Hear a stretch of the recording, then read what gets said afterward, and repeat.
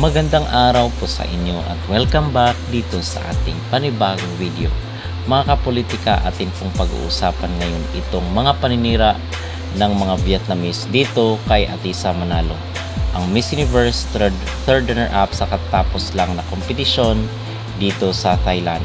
So napag-usapan natin doon sa ating ng video na pinost ng Miss Cosmo dito sa kailang social media platform na maging hurado itong si Miss Universe 4th runner-up Olivia Yase ng Cote d'Ivoire. So may mga netizen kasi doon na mga nagko-comment sa post ng Miss Cosmo na gusto rin nila itong si Atisa daw na maging judge dito sa nasabing kompetisyon. So ang sabi natin doon ay wag tanggapin ni Atisa just in case i-offer ito sa kanya at hindi tayo agree na siya ay maging kabahagi ng Miss Cosmo uli dahil sigurado gagamitin siya for the engagement at hahakot ng mga viewers dito sa kanilang pageant. So hindi tayo agree na maging kabahagi si Atisa. Pero ang mga makukulit nating kababayan ay nag-a-assume na o-offeran daw itong si Atisa na maging hurado dito sa Miss Cosmo 2025. So ngayon ay pinost ng mga Vietnamese mga kapolitika nitong nakarang araw itong si Atisa na kung saan yung naka-background doon yung Miss Cosmo. Okay, at pinagtatawanan nila dahil daw hindi daw qualified itong si Atisa dito na maging hurado sa Miss Cosmo dahil nga naligwak siya last year.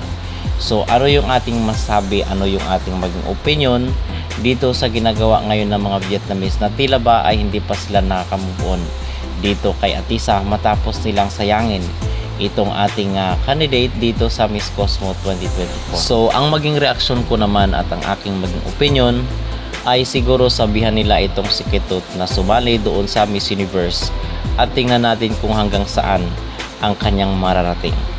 So kaya pala no wonder bakit hindi nakaka-place ang Vietnam, ang Indonesia doon sa mga prestigious na mga beauty pageant dahil napaka low ng quality standard ng kanilang mga beauty contest. At sa tingin ko mga kapolitika ay hindi sila marunong mag-spot ng isang star. Hindi sila marunong tumingin kung ang isang kandidata is merong star quality or merong tinatawag na X factor. So no wonder bakit hindi sila nakaka-place doon sa kasi kontento na sila dito sa mga ganitong standard. At sinasabi natin ito dahil ito ay depensa natin dito kay Atisa na binabash ng mga Vietnamese dito sa mundo ng social media. At hindi lang binabash mga kapolitika, pinagtatawanan pa nila itong si Atisa na wishful thinking daw itong pagiging judge ni Atisa dito sa Miss Cosmo, where in fact ay wala naman siyang sinabi na negatibo dito sa kailang pageant na nakabase sa Vietnam. So kung gusto nila na sila lang din ay koronahan nila yung standard ni Ketut. At isa pa ay hindi ba sila nagtataka bakit napakataas ng placement ni Atisa dito sa Miss Universe. And to think, mas mataas pa ba yung standard ng Miss Cosmo kung ikukumpara sa Miss Universe. Dahil sa Miss Cosmo ay top 10 lang itong si Atisa and then dito sa Miss Universe ay pasok siya sa top 5 at third runner-up pa siya in fact. So ganun ba talaga kataas ang standard ng Miss Cosmo? So yun ang dapat nilang sagutin mga kapolitika dahil sa tingin ko ang mga Vietnamese ay napaka-low talaga ng standard nila pagdating sa beauty pageant. So ano po ang inyong mag-reaction at ano po ang inyong masasabi dito sa pangbabash ng mga Vietnamese kay Atisa Manalo na hindi daw siya qualified na maging hurado dito sa pageant ng Miss Cosmo 2025. Mag-comment down below at huwag kalimutang mag-like at mag-subscribe na rin kayo para updated kayo sa ating mga latest issue.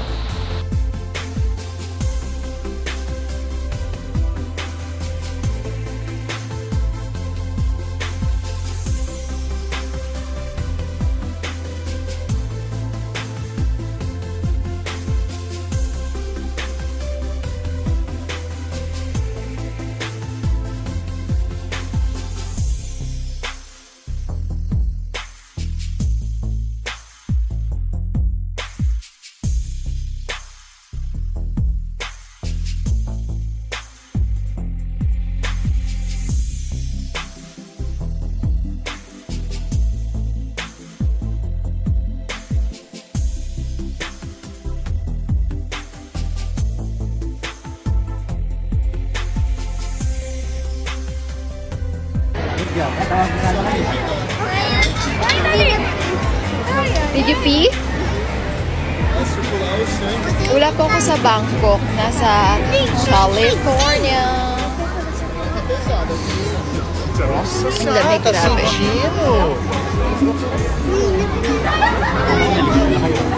Where's Gacha Bell? Ituro nyo. Diyan ka din mag-New Year? Hindi po. Uuwi ako before New Year. So, I will celebrate New Year with my family. Waiting pa nga ako dun sa work namin ni Gacha Bell. Hey, Sana Studio Tour. matuloy. I'm John M. Chu, the director of the new film Wicked for Good. And I'm thrilled to invite you to visit Universal Studios Hollywood, where you can experience the magical world of Wicked for Good. Sinipon na ako dito. Grabe, lamig. We've spent years bringing these films to life, costume by costume, scene by scene. What makes Wicked timeless isn't just the spectacle, it's the message of I hope. miss Belle. Of about course, I identity miss Belle. and I about miss you, friendship Gacha Bell. Sa that natraat changes piyak you pipat. from you. Be sure to see the epic emotional conclusion to the phenomenon that will change you for the better. Wicked for Good. Sana makayanan talaga. Sana ma-push yung work na yun. Hey, Universal Studios, Hollywood, Carson Daly here at stages 30 and 31 in the heart of the Universal backlot, looking at you and the new Fast and Furious Hollywood Drift roller coaster. The voice is giving away a trip to Punta ka experience Canada, May. Universal Studios thank you for the Hollywood sticker. high-speed outdoor roller coaster. Pupunta, pero mag-iipon muna. Head over to the Voice app or NBC.com/voice-suite. And don't forget to watch The Voice on Nandito NBC. tayo ngayon. Studio tour. Nasaan ang corona? Ate, pahawak. Sara ko lang. Thanks.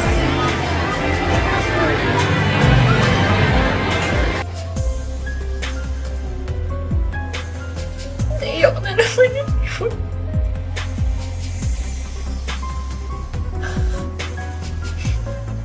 Story time. Kasi, when I competed last Pilipinas 2019, they set up a meet and greet for me para sa mga fans. Siguro my team expected that a lot of people are coming. So, they rented a big place, but only a few people came. So, me, my team, and my Amazonas family that time, we just ate at Ning's. And sabi ko, okay lang ako. Kahit hindi ganun karami. Basta, mga totoong susuporta sa akin. And up until now, my Amazonas family are still there. And mas lumaki. Now I have my Emma-dorables, Emma-Rittens. I have my Belma. I have my Amabel family, not just here in the Philippines, but also international.